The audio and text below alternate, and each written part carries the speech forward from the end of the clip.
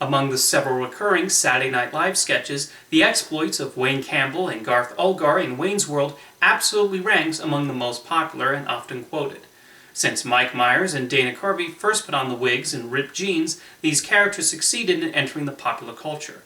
Although even before Wayne and Garth hosted their public access show in Studio 8H at 30 Rockefeller Plaza, Myers had already been developing his character in his native Canada. Wayne first appeared on City TV in Toronto, where he was depicted as a metalhead with a tendency to make rambling conversations. Myers later moved to the Canadian Broadcasting Corporation, where he got his own segment titled Wayne's Power Minute on the show It's Only Rock and Roll. The character started to really form his identity at this point, and these segments usually involved Wayne talking about some topic of interest. When Myers was chosen to be a part of Saturday Night Live in 1989, he decided to bring Wayne to New York and create the sketch Wayne's World.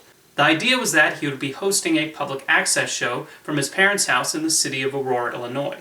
Myers actually wanted to set it in Aurora, Ontario, but to make him more of an everyman American, the setting was changed to an American city. He also decided to give Wayne a sidekick named Garth and asked Dana Carvey to play the role. Garth's main characteristic was that he was obsessed with Wayne and happily followed him everywhere. However, Carvey was allowed to develop him further.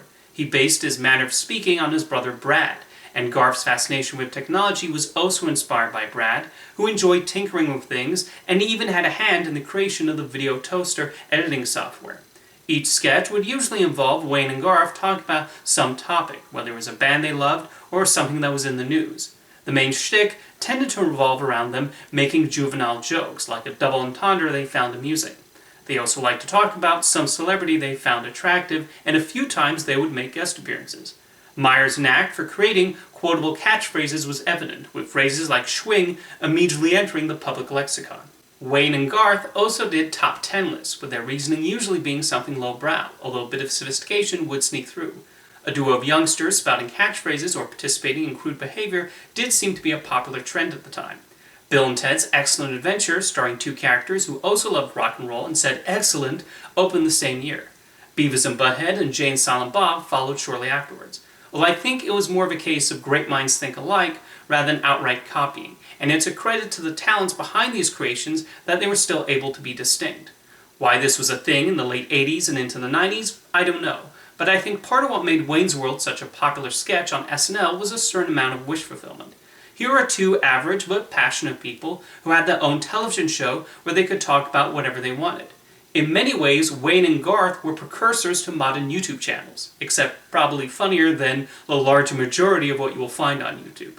Wayne's World proved so popular one of the sketches even got a reaction from the White House, but not the good kind of reaction. Wayne and Garth made a joke about Chelsea Clinton, which actually led to criticism from then First Lady Hillary Clinton. Mike Myers and SNL creator Lorne Michaels agreed with her that the remark was in poor taste and immediately apologized, which led to the joke being edited out of future rebroadcasts and uploads. The success of Wayne's World also led to Paramount Pictures greenlighting a feature film, only the second SNL sketch to receive a movie following the Blues Brothers. For the film, director Penelope Spheris, along with Myers and co-writers Bonnie and Terry Turner, were able to expand the concept and created a funny comedy in the process.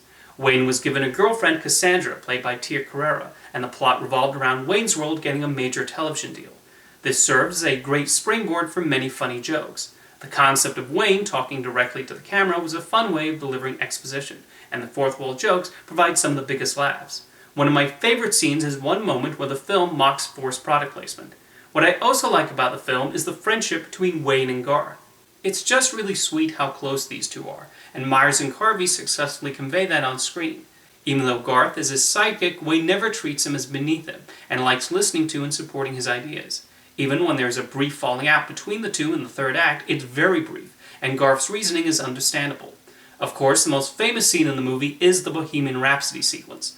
Lorne Michaels actually wanted it to be a Guns N' Roses song, but Myers fought for Queen to be used instead. He was right, and the result is a classic moment that captures what made the song a hit with many, although the headbanging the actors had to do did hurt their necks for weeks afterwards. A tape of the scene was actually sent to Queen, and Freddie Mercury got a chance to see it before he died. He loved it, which must have brightened Myers' day when he heard that. Myers and Spheris reportedly did not get along during the making of the movie, but that does not come across on screen at all. Wayne's World has a really casual feel to it, and the winning humor and clever sight gags played a major role in it doing so well at the box office. Unsurprisingly, Paramount immediately ordered a sequel. Mike Myers wrote the script, but just before filming was to begin, something happened. Myers had based the story on a British film titled Passport to Pimlico, but did not inform Paramount. The studio did not have the rights, and when they found out, they were furious. After being berated by the head of Paramount, Myers immediately wrote a whole new script with a different story. Due to their creative differences on the first film, Penelope Ferris was replaced in the director's chair by Steven Surchik, who is primarily known as a director on the Canadian sketch show Kids in the Hall. Despite the pre-production difficulties, Wayne's World 2 nonetheless wound up as a very funny and entertaining film.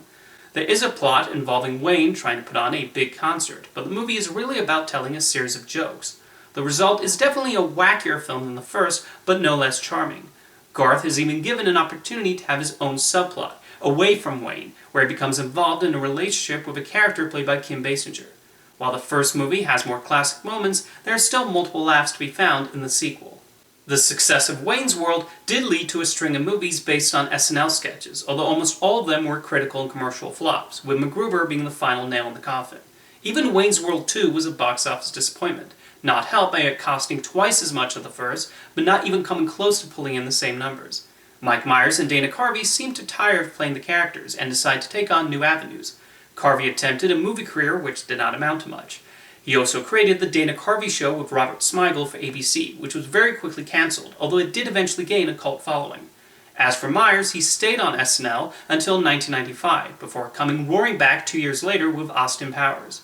For a long time, it seemed like Myers and Carvey had put Wayne and Garth behind them, until 2008 when they reprised the characters for an appearance on the MTV Movie Awards. Wayne's World even returned to SNL in 2011 for a sketch where they talked about the Oscar nominations. 4 years later, Wayne and Garth showed up in the SNL 40th Anniversary Special to count down their favorite things about the show. And most recently, they starred in commercials for Uber Eats, which utilized the offbeat humor from the movies. While these later appearances are certainly funny, I admit it's hard to ignore how visibly aged Wayne and Garth look. That's not Myers and Carvey's fault. They should not look the same as they did 30 years ago. However, it just looks strange seeing them in the clothes and getup. Regardless, there's a reason Wayne's World is still fondly remembered, and why it continues to be discovered by younger generations. While certainly products of the 90s, those sketches and movies remain appealing and funny, an example of how talented and creative Mike Myers and Dana Carvey are. Party on!